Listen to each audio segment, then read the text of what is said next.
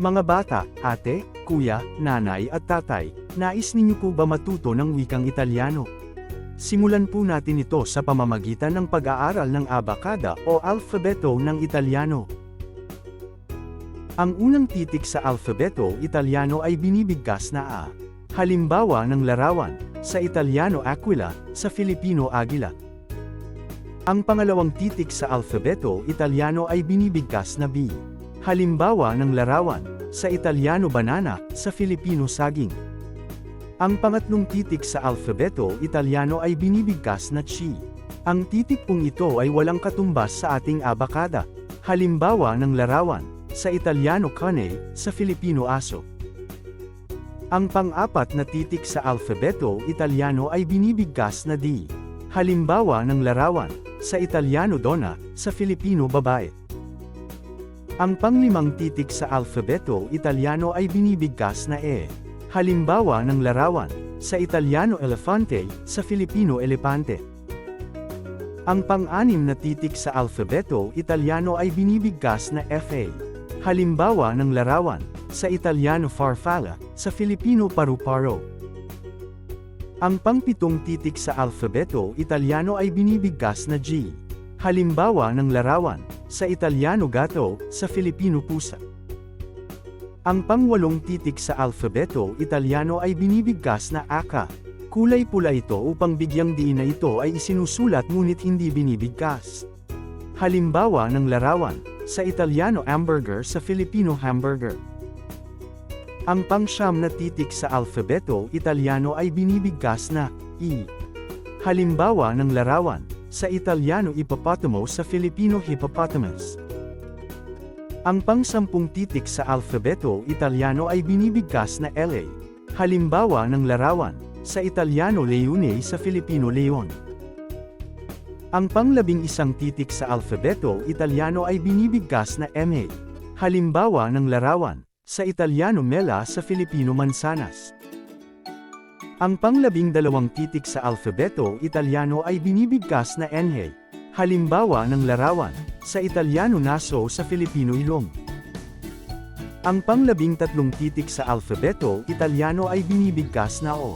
Halimbawa ng larawan, sa Italyano orso, sa Filipino oso. Ang pang-14 na titik sa alfabeto Italyano ay binibigkas na P. Halimbawa ng larawan, sa Italyano pesce, sa Filipino isda. Ang pang-15 titik sa alfabeto Italyano ay binibigkas na Q. Halimbawa ng larawan, sa Italyano quaglia, sa Filipino pugo. Ang pang-16 na titik sa alfabeto Italyano ay binibigkas na R. Halimbawa ng larawan, sa Italyano rana, sa Filipino palaka. Ang pang-17 titik sa alfabeto Italyano ay binibigkas na SA. Halimbawa ng larawan, sa Italyano sedia, sa Filipino upuan. Ang pang-18 titik sa alfabeto Italyano ay binibigkas na T. Halimbawa ng larawan, sa Italyano tarantula, sa Filipino gagamba. Ang pang-19 na titik sa alfabeto Italyano ay binibigkas na U. Halimbawa ng larawan, sa Italyano uccello, sa Filipino ibon. Ang pang-20 titik sa alfabeto Italyano ay binibigkas na V. Halimbawa ng larawan, sa Italyano verdura, sa Filipino gulay. Ang pang-21 titik sa alfabeto Italyano ay binibigkas na Z. Halimbawa ng larawan, sa Italyano zebra, sa Filipino zebra. Tulad din ng ating wika, ang Italyano ay mayroon o gumagamit ng banyaga o hiram na salita. Ilan sa mga halimbawa nito ay nagsisimula sa mga sumusunod na titik. Sa Italyano, binibigkas ang titik na ito na ilongga. Halimbawa ng larawan, sa Italyano jeans, sa Filipino jean. Sa Italyano, binibigkas ang titik na ito na kapa.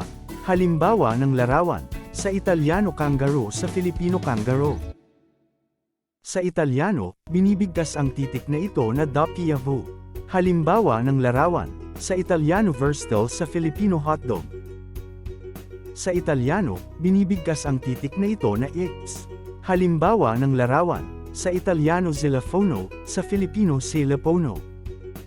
Sa Italyano, binibigkas ang titik na ito na Y. Halimbawa ng larawan, sa Italyano yacht, sa Filipino yate. Salamat po at sinamahan ninyo ako sa pagtatapos ng ating pag-aaral ng alfabeto Italyano. Sundan lang po ninyo ang susunod na bahagi tungkol sa mga numero at kulay o numeri e colori sa Italyano at pindutin ang share at subscribe. Muli, salamat po ng marami.